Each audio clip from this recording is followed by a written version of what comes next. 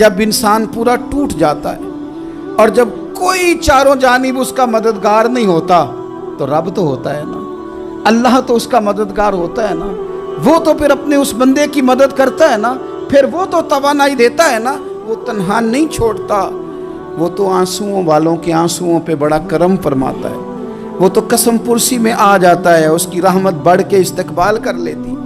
اور زندگی میں کبھی کوئی ایسا وقت آئے کہ آپ محسوس کریں کہ تنہا رہ گئے ہیں اور کئی اپنے بھی مخالفین کی جماعت میں نظر آنے لگے ہیں، تو اس وقت پھر دل، روح، زبان اور ذہن کو یکجا کر کے سمجھ لینا کہ جب ساری دنیا ساتھ چھوڑ جاتی ہے تو رب کی رحمتیں اس وقت بھی ساتھ رہتی ہیں، اور اللہ کی مدد اس وقت بھی بندے پہ کرم نوازی کرتی ہے۔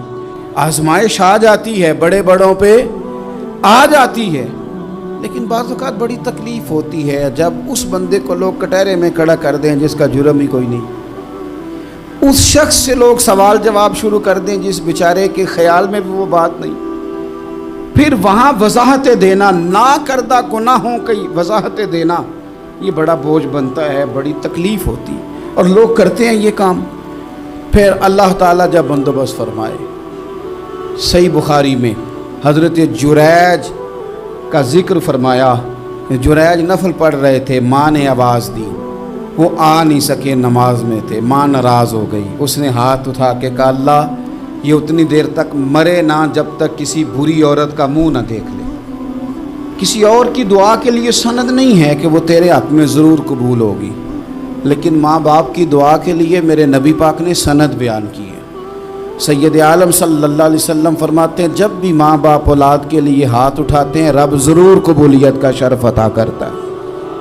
تو جہاں سند موجود ہے نا، کچھ افتتاح ابا جی سے بھی کرا لینے چاہیے، کچھ کام شروع کرنے سے پہلے صرف اماں سے ہی دعا کرا لینی چاہیے، یہ والا افتتاح بھی بڑے کام کا ہے کیونکہ یہاں سند بیان کر دیا میرے نبی کریم۔ تو جناب جریج کی ماں ناراض ہو گئی، کہنے لگی اللہ اس نے میری بات نہیں سنی، اب تھے تو وہ نیک، لیکن رب کریم کی حکمت کا تقاضا ہے، ماں کی دعا کو بھی قبول کرنا تھا، اللہ نے آزمائش میں مبتلا کر دیا۔ والدہ تو چلی گئیں، وہ ایک خیمے میں، ایک کٹیا میں، ایک جھونپڑی میں عبادت کرتے تھے، اللہ کو یاد کرتے تھے، رب رب کرتے تھے، اور لوگ ان کی بڑی تعریف بھی کرتے تھے، لوگ ان کے ارادت مند بھی تھے، عقیدت مند بھی تھے، اہل محبت بھی تھے۔ ایک عورت آ گئی، بس وہ اللہ کی حکمت پوری ہونی تھی، اس نے آ کے پہلے تو انہیں اپنی طرف مائل کرنا چاہا، جب نہ مائل ہوئے تو الزام لگا دیا۔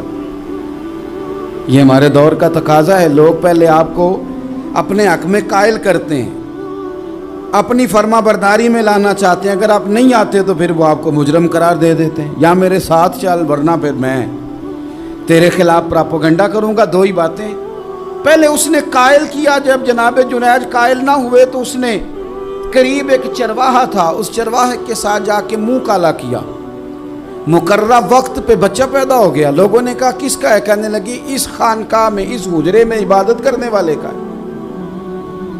اگر کسی دیندار پر ذرا سا بھی الزام لگ جائے تو آپ یقین کریں کہ بڑے بڑے خوفناک لوگ بھی نیک ہو جاتے ہیں، جن کا اپنا سارا ماضی کالا سیاہ ہو وہ بھی اجالوں کے راہبر بن جاتے ہیں، جن کی اپنی زبانیں ساری زندگی آلودہ رہی ہوں وہ بھی بڑے بڑے اعلیٰ سچ بولنے لگتے ہیں۔ اعلیٰ کچے میرے مکان کی دیوار کیا گری، لوگوں نے تو میرے صحن میں رستے ہی بنا لیے۔ بڑے لوگ آ جاتے ہیں، پھر بڑا کچھ کرتے ہیں اور بڑے بڑے خوفناک جملے کستے ہیں، بس کو نقطہ جو ہاتھ آ گیا ایسا جیسے گرنے کا انتظار کر رہے تھے۔ اب جناب لوگ اٹھے، احتجاج شروع ہو گیا، شور پڑ گیا، یہ بابا بڑا نیک بنتا تھا، نفل پڑھتا تھا، عبادتیں کرتا تھا، دیکھو اس کا حال کیا ہے کہ اس نے ناجائز بچہ پیدا کیا۔ بغیر تحقیق کے میں کہہ چکا ہوں کہ الجھے الجھے بکھرے بکھرے روز و شب دیکھے گا کون، لوگ تیرا جرم دیکھیں گے، سبب دیکھے گا کون، لوگ تیرا جرم دیکھیں گے، سبب کوئی غور نہیں کرتا کہ وجہ کیا تھی۔ او بھائی کچھ تو مجبوریاں رہی ہوں گی، یوں ہی کوئی بے وفا نہیں ہوتا۔ الزام لگا دیا، شور ہوا، احتجاج ہوا، دنیا اکٹھی ہوئی، ان کا انہوں نے حجرہ گرا دیا، مارا بھی، پیٹا بھی، ایک نیک آدمی کو بدنام بھی کیا، برا بھلا بھی کہا، گالیاں بھی دیں، جو کر سکتے تھے کیا۔ اب جب سزا دینے لگے نا تو جناب جریج کہنے لگے تھوڑی سی اجازت دیتے ہو، مار تو تم نے دینا ہی ہے۔ کہا جناب ٹھیک ہے دیتے ہیں۔ انہوں نے کہا صرف 2 نفل پڑھنے ہیں۔ اب وہ نفل پڑھ رہے تھے تو لوگ اس وقت بھی کہہ رہے تھے فراڈ ہی کر رہا ہے، دھوکہ ہی دے رہا ہے، چونکہ ذہن بن گیا نا، بدگمانی آ گئی۔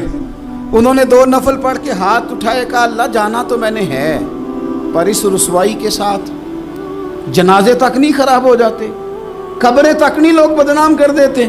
کہا اللہ جانا تو ہے، پھر اس رسوائی کے ساتھ تو میری مدد فرما، اب تو میرا کیس تیری ہی عدالت میں ہے، تو رحمت کا دروازہ کھول۔ ہاتھ اٹھائے، دعا مانگی، نفل پڑھے، پورے مجمع پہ نظر دوڑائی، کوئی نہیں تھا سپورٹ کرنے والا۔ کل تک جو کہتے تھے نا تیرے لیے جیئیں گے، تیرے لیے مریں گے، ساری عمر ہی آٹا گدا ہے، لکھاں کیتے نہیں پیڑے، اب وقت آیا ہی تے محمد بخشا کوئی نہیں ہو بیٹھا نیڑے۔ ایک بندہ بھی نہیں تھا، ووٹر سپورٹر ساتھ دینے والا کوئی نہیں تھا۔ تو جناب جنید بچے کی طرف اشارہ کر کے کہنے لگے کوئی نہیں بول رہا، تو ہی بول کے بتا دے تیرا باپ کون ہے، تو ہی بول کے بتا دے کون ہے۔ اللہ اکبر۔ میرا رب جب چاہے تو بچے بولتے ہیں، رب چاہے تو گونگے بولتے ہیں، رب جب چاہے تو پھر پتھر بھی بولتے ہیں۔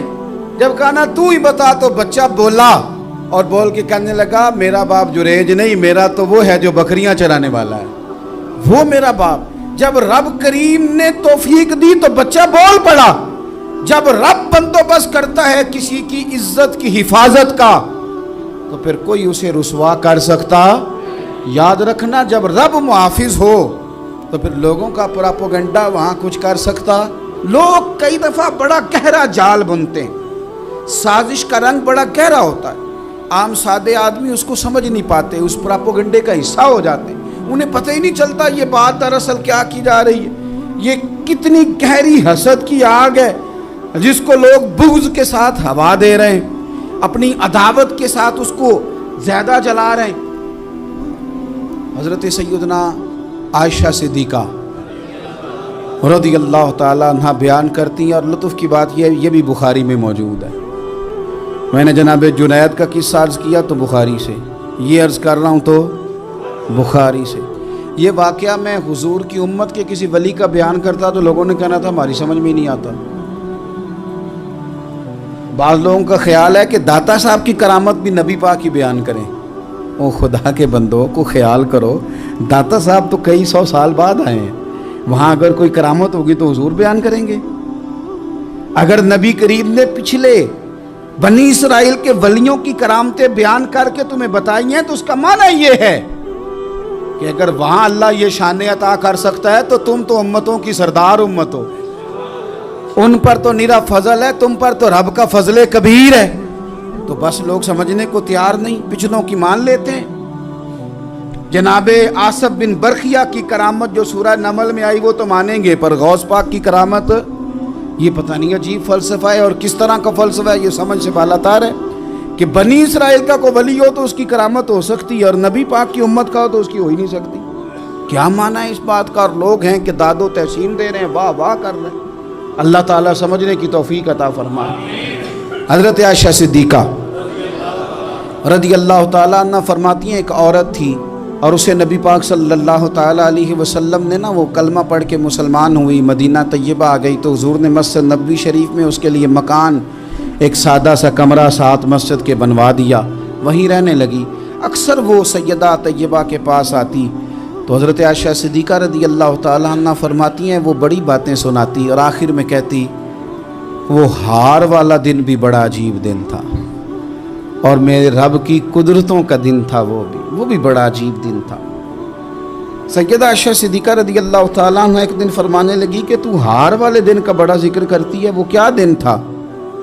تو خاتون کہنے لگی اماں جی وہ دن تھا جب میرے رب پر بھروسہ اور مضبوط ہو گیا، جس دن میرا اپنے رب پر توکل اور بڑھا، میرے ایمان میں یقین میں اور پختگی آئی۔